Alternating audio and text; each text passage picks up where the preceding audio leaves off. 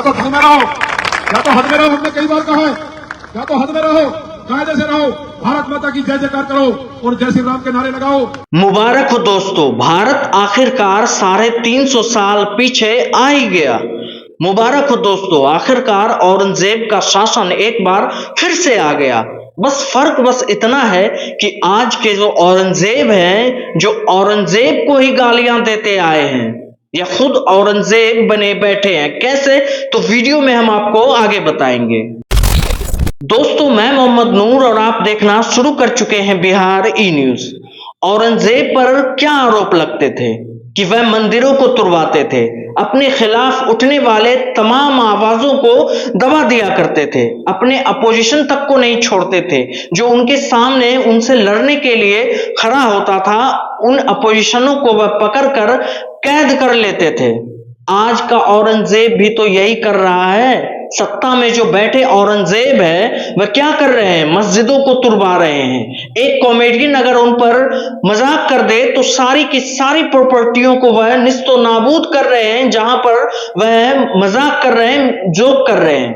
आज का औरंगजेब भी तो यही कर रहा है, अपोजिशन को जेल में डाल करके। तो तब के और अब के औरंगजेब में क्या फर्क है? भाजपा समर्थक लोगों में या फिर भाजपा नेताओं में एक ऐसा दौर चल पड़ा है कि जो सबसे विवादित टिप्पणी करेगा, जो सबसे बड़ा बयान मुसलमानों के खिलाफ देगा, उनको बड़ा नेता माना जाएगा, उनको कुर्सियां दी जाएगी, उनका पद बढ़ा दिया जाएगा, उनको पावर दी जाएगी, उनको लोगों का मसीहा कहा जाएगा, क्योंकि वह एक से बढ़कर एक विवादित बयान मुसलमानों के खिलाफ दे रहे हैं। अगर बात सिर्फ मुसलमान तक ही होती तो खैर, लेकिन इन विवादित बयानों से देश पर क्या असर पड़ रहा है? देश कहां जा रहा है? 350 साल पीछे। क्या नया भारत का सपना यही था?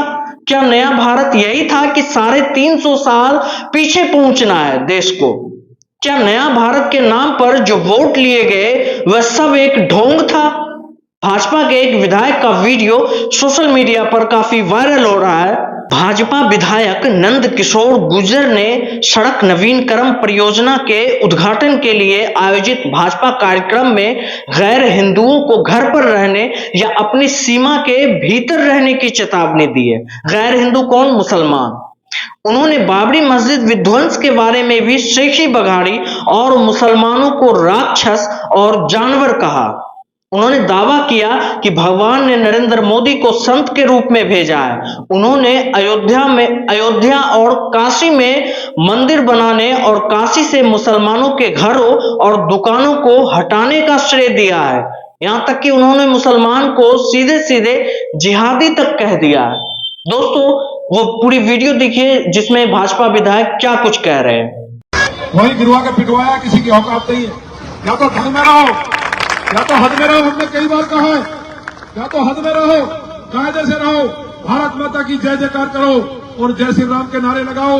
हमारे भाइयों परिवार है, प्यार देंगे, जान भी देंगे, लेकिन अगर किसी बहन की तरफ देखा, किसी मेरे हिंदू भाई को छेड़ने की कोशिश की, चाहे वो कोई भी अपराधी हो, उसके लिए हम काल है, हम महाकाल के भक्त हैं। सोमवार का दिन है। उन रात को टेंट में रहना पड़ा, हमारे लिए डूब पड़ने की बात थी। 500 साल तक हिंदुओं को हमारी बहन बेटियां लड़ती रही।